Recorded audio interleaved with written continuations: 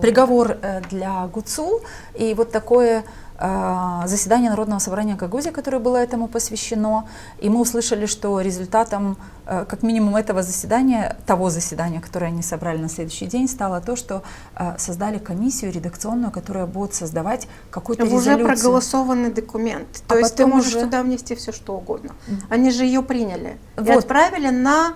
Что? На редактуру. Это говорит о законности. То есть это законодательный орган. Насколько это серьезно вообще для законодательного органа? Я не органа? знаю. Можно пригласить сюда господина Лейчу. Для меня как бы это единственный человек, который, по-моему, несет вообще всю ответственность за то, что происходит с Гагаузией.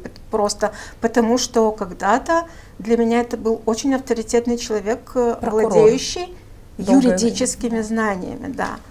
То есть он может остановить, если это противоречит букве закона. Кто, если не юрист? Понимаете, когда...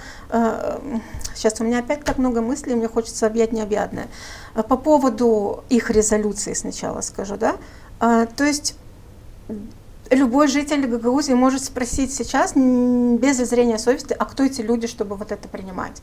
Потому что то, как они себя ведут, это уже не депутаты, за которых голосовали жители того или иного села. Это люди, ну, допустим, давайте, не все, да, некоторые, вот так будем говорить, некоторые депутаты, которые не являются представителями своего народа.